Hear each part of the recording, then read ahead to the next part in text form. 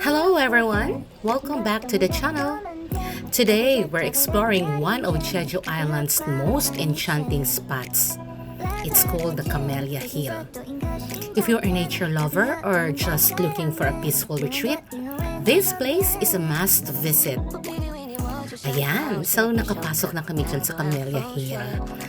And magbibigay na instruction sa amin yung aming tour coordinator.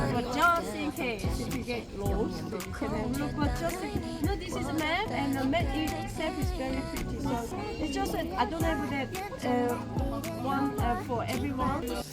O ayan, papasok na tayo. So binigyan kami ng ticket bawat isa.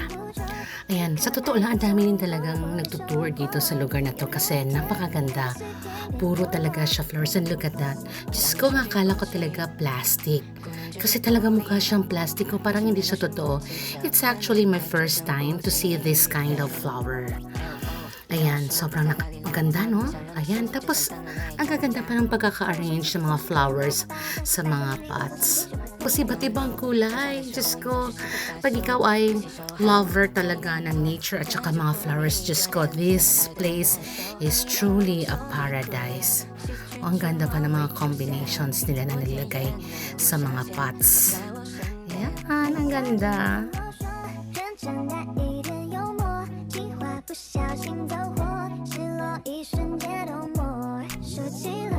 Ayan, so lakad-lakad lang. O, tingnan mo yan, o. Diyos ko. Nialala ko tuloy yung nanay ko. Sabi ko kung kasama ko lang yung nanay ko, Diyos ko. Talagang tuwang-tuwa to siguro kasi mahilig talaga siya sa flowers. Yan. Tapos, maganda siguro ang pag-bloom ng mga flowers kasi ito yung Camellia Hill. Medyo mataas siya na area and malamig ang paligid. Tapos imagine, di ba? Parang may nakalatag sa iyo ng mga flowers kasi ang pathway. Ayan, puno ng mga petals ng cherry blossom. Actually, nung pagpunta namin dito, taglagas na sa ibang area ng mga cherry blossoms. Kaya ayan, nilalakaran ko dyan. Parang carpet ng cherry blossoms. And then this one, nagulat ako kasi, ayan para siyang orchid, pero puno. Hindi ko lang alam kung anong tawag sa flower na yon. Yan, so itong Camellia Hills, may mga ponds din siya. Very relaxing yung place. And then, diba, syempre sa Jeju Island kasi laging malamig doon, laging nag-drizzle. Kaya ang sarap mamasyal kasi ang lamig ng paligid. Oh, look at that. Diba?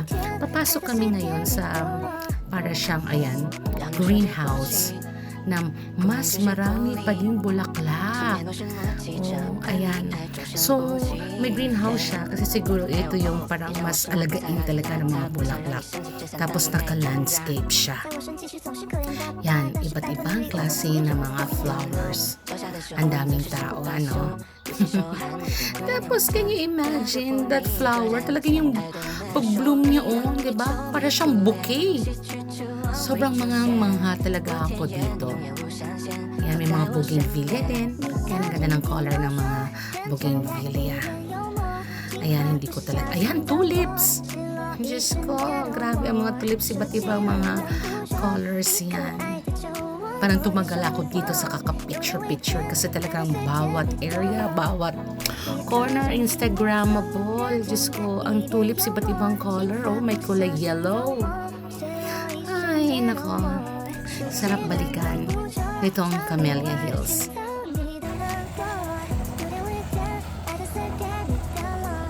Ayan, lumabas na kami. Nag-ikot-ikot. So again, more cherry blossoms. Diba, ang sarap mamasyal dito. Kasama ng jowa mo. Kasi naglalakad kayo sa walkway na carpeted siya ng cherry blossoms. Yan, ang ganda ng mga pond. Ang mga Korean, sa kanilang mga park, laging may mga ponds. Ayan. Ayan ang mga kasama ko. Hi, ma'am! Actually, yung mga kasama ko dito ay mga school heads ng Parañaque. Kasi tour siya.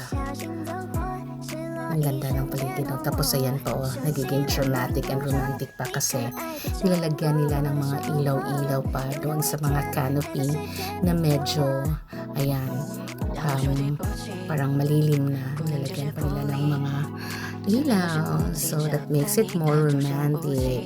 Ang ganda. 你让我生活不再邋里邋遢，不想让你生气，只想当人类专家。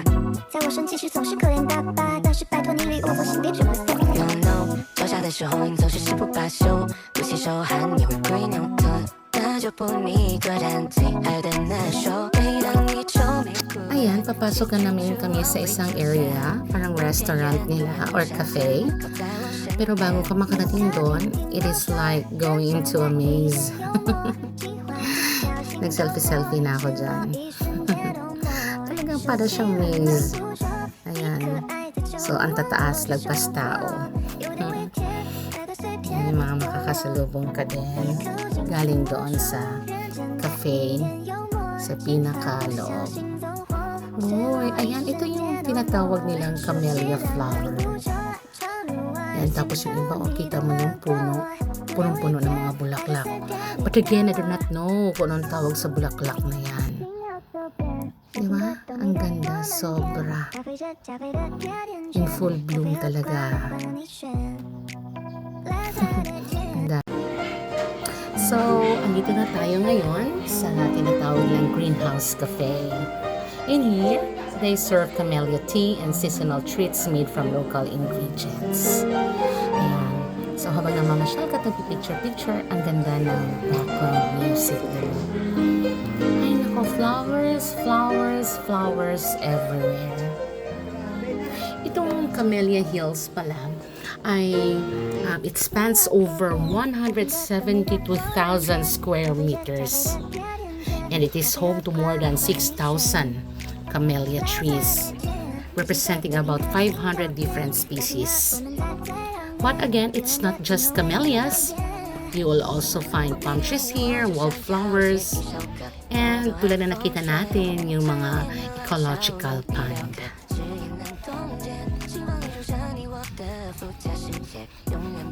Napansin niyo may mga wheelchair?